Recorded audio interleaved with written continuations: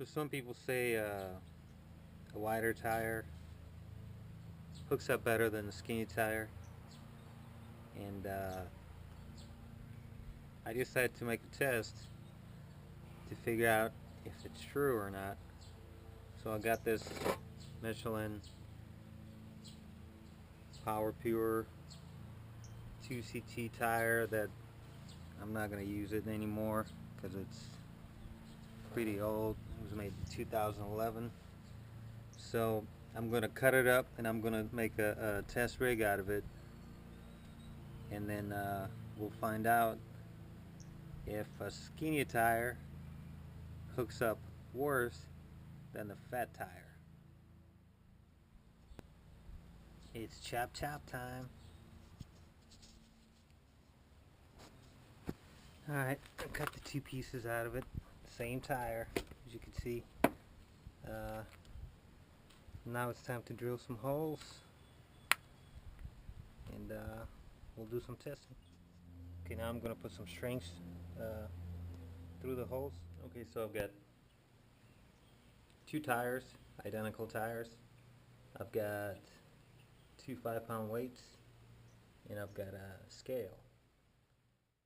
First thing we're going to do is we're going to weigh the tires to find the combined weight.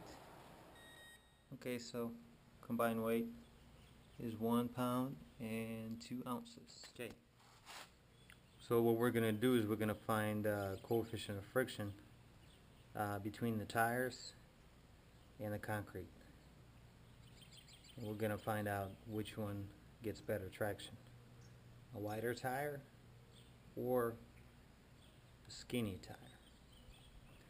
And to make the test as good as possible, I'm using the same tires, same compound. First we're going to do is we're going to measure coefficient of friction between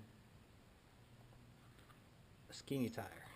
So what I'm going to do is I'm going to put those together like so to keep the same weight, and the total weight is going to be 1 pound and 2 ounces and plus 10 pounds, so it would be 11 pounds and 2 ounces. Put weights on it.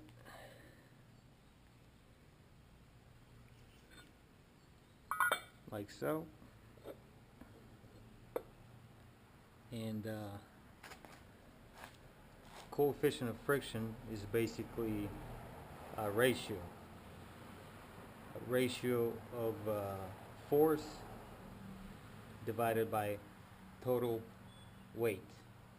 So if it takes 5 pounds of force to move 10 pounds of weight, we take 5 pounds and we divide it by 10, so the coefficient of friction would be a half. If it takes 10 pounds of force to move 10 pounds of weight, coefficient of friction would be 10 divided by 10 would be 1. The higher the number, the better the traction, or, well, it's going to get better traction on the dry pavement. So let's measure. Since we know combined weight, we can find out exact force that it would take to break the tires loose. So I'm gonna turn on the scale, and then I'm gonna hook it up.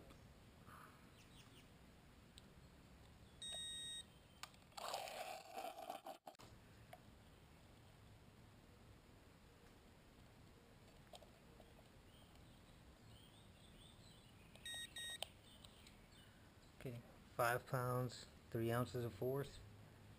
That's, reset it. Let's try it again.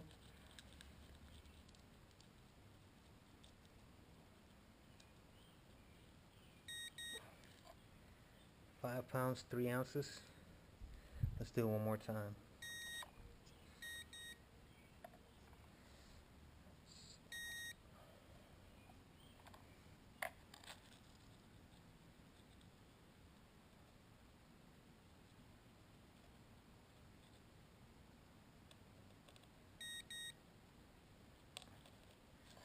So it takes 5 pounds and 3 ounces of force to move 11 pounds and 2 ounces.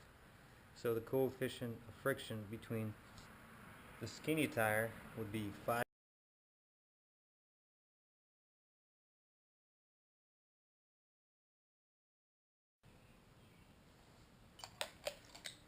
So what I'm going to do now is I'm going to divide them like so. So now the contact area between the tires pretty much doubled. So we're going to put one weight here. I'm going to put one weight here. So it's the same weight that was before, except it's divided between 2 tires. So let's measure it again.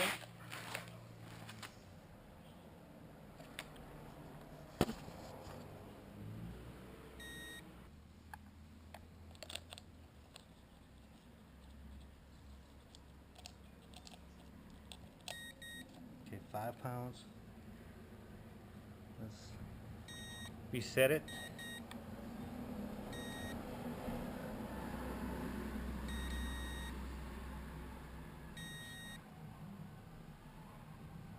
Okay, let's try it again.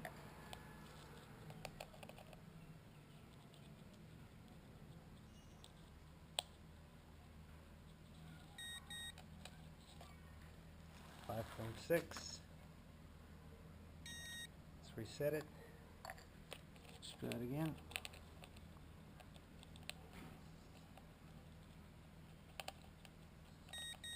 About 415. Let's reset it. Let's try it again.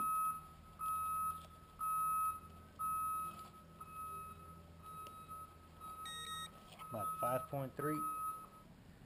Let's do it again.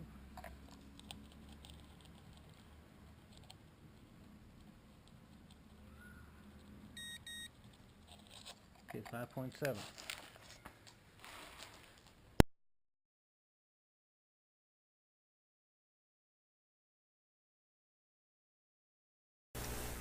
Well, the results were kind of strange. Um, Usually, a common sense would tell you that a wider tire should have gotten better traction, but it was not the case. So, does that mean that you should just run a narrow tire and forget about getting a wider tire? Well, not necessary. It's really It all depends on its user. Both options have pluses and minuses. Let's start with the durability. The wider tire is going to last longer and it's going to be more durable than the skinnier tire. And the reason for that is because you have more rubber on the tire. So even though both tires would get similar or identical traction, the wider tire is going to last longer. So if you're looking for a more durable tire, you want to go with the wider tire. Also, a wider tire, you can actually get a softer compound wider tire, and it's going to get better traction. And you wouldn't be able to get away with a really soft compound on a really skinny tire, because it would just, you accelerate a couple times and the tire would be gone, kind of useless. So, that's a plus or minus. It really depends what you want to get out of the tire. Second is the price. The wider tire most of the time is more expensive than a skinny tire. So if you're looking for more value or a less expensive tire, well, you can't really beat a narrow tire. It's going to be a tire for you, because tires do wear out, just like brake pads, you know, just like oil. So you're going to have to replace them. It's not just a one-time thing. You put one set of tires on the car or a bike or whatever and you're done. So that's something else to think about. Another thing is that a wider tire is heavier. So what does that mean? That means that the skinnier tire would get better acceleration and better handling because of its weight. So if you're looking for more handling and your car or bike doesn't really make that much power, you'd want to consider running a narrower tire. And last but not least, a wider tire is tough looking. It's intimidating, and it gives you that look.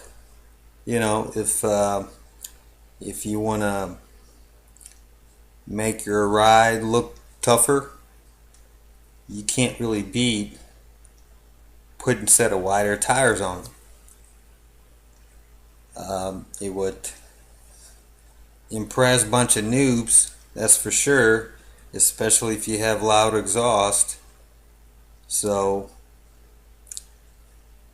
you'd be looking for a wide tire. But for street racers or somebody that's, a grudge racer, you'd probably look for a skinnier tire. So people wouldn't pay attention and they would think that your ride is just average, nothing special. But you would know that you get the same amount of traction with the skinnier tire, and that the looks can be deceiving. So, on that note, it's up to you to figure out which tire is going to go on your ride.